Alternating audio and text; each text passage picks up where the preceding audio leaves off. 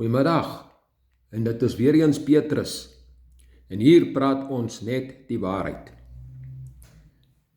Ek het gewonder oor hierdie onderwerp, eintlik openbaring gekry oor die onderwerp van wat is die ewige lewe. En ek wonder of een van julle ook al so gewonder het, en 'n vraag gehad het daaroor. Dan wil ek vir julle lees, in Johannes 17, waar Jesus gebid het tot God die Vader, en waar hy self sê, wat is die ewige lewe? Ons kry dit in Johannes 17 vers 2 en 3.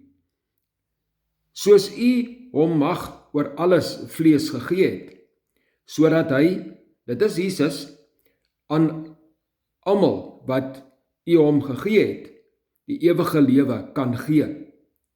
En dit is die ewige lewe, dat hulle u ken, dit is God die Vader, en die enige waaragtige God, en Jesus Christus, wat u gestuur het. En daar het julle dit. Uit Johannes uit, waar Jesus self gepraat het, wat is die ewige lewe? En dit is my boodskap vir julle vandag. Bly in die waarheid.